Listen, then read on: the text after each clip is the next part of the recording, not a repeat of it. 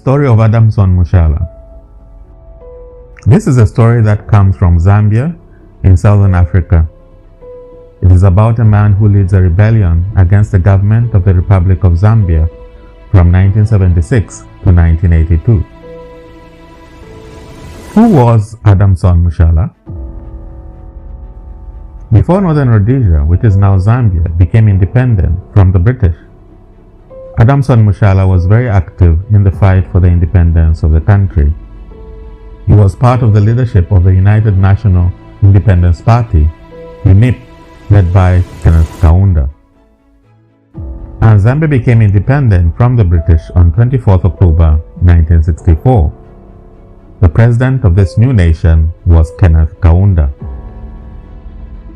It is said that after independence, Adamson Mushala approached the president, requesting that he be included in the leadership of the country. Him being a game ranger in his career, requested that he be appointed as the chief game ranger or as the Minister of Tourism and Wildlife. Kenneth Kaunda turns him down, and Mushala is not a happy man. He was disgruntled and later left UNIP to join another party called the United Party, led by Nalumino Mundia. He was now in opposition against UNIP. His activities against UNIP landed him in great trouble, and at one time he is detained for months in Kinsale. In the month of December of 1972, the political climate changes in Zambia. Kenneth Kaunda declares the country as a one-party state. This means that all the other political parties were no longer recognized, apart from the ruling party UNIP. And during elections, at the time of voting, on the ballot paper, one would say yes for Kenneth Kaunda, but if one had an alternative choice, he or she would vote on the image of the frog on the ballot paper. This move does not please many people, and Adamson Mushala is one of them who does not like this one-party state. So in the year of 1972, in December, Adamson Mushala places his family, that is his wife Rejoice, and their 5 children, into a brand new Land Rover 109 and drives off, crossing the border into Angola. Adamson Mushala flees the country, and during the years that followed, he planned the rebellion against the government of the Republic of Zambia. At some point before 1976, he moved his family from Luanda in Angola to South Africa. And at the time of leaving South Africa for Zambia in 1976, his family was being looked after by his well-wishers. So as mentioned, Mushala leaves his family in 1976 and heads for Zambia. His wife says that that was the last time she ever saw him. He arrives in the northwestern province of Zambia. This is his home territory among the Kaunda people. It is in this region that he launched and led a guerrilla war from 1976 to 1982. The Zambian authorities in the initial stages started receiving reports of armed robberies and shootouts with local police. There were also reports of villages being burnt and a school being broken into.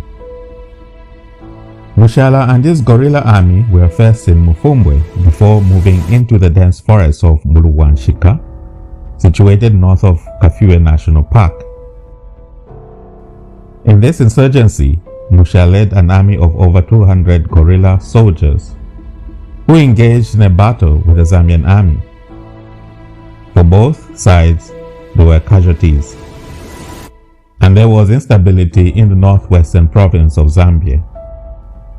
There are stories that Mushala was not only armed with guns, but also practiced magic. There are many stories about witchcraft that surrounded him.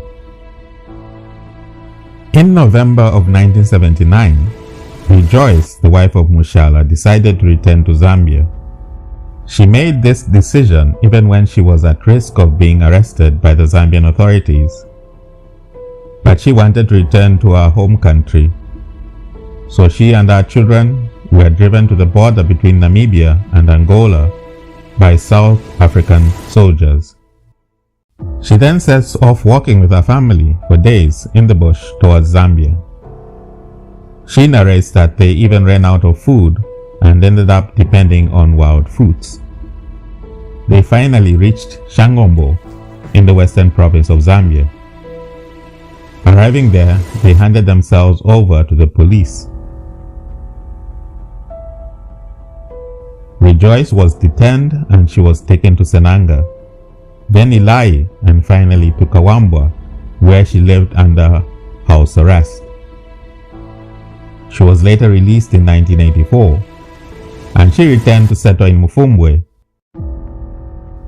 On the war front, Mushala knew his territory very well, such that the Zambia army struggled to end this fighting. They failed to capture him. However, there is a breakthrough in November of 1982 when Mushala is finally ambushed and killed in the remote bushes of northwestern province. His body is taken to Solwezi and it's paraded for everyone to see. Adamson Mushala, who had led a rebellion against the Zambian government and initiated terror, was now no more. After Mushala's death, his second in command, Saimbwende, took over the leadership of this guerrilla army. However, it is said that more soldiers in this army started leaving and going back to their villages at the loss of their leader. So, the Mushala army was reduced to a gang of outlaws. Saimbwende eventually surrenders himself to the authorities in 1990. In this same year, that is mid-1990, the president, Kenneth Kaunda, accepted to return the country to a multi-party system. So Zambia once again became a multi-party democratic nation.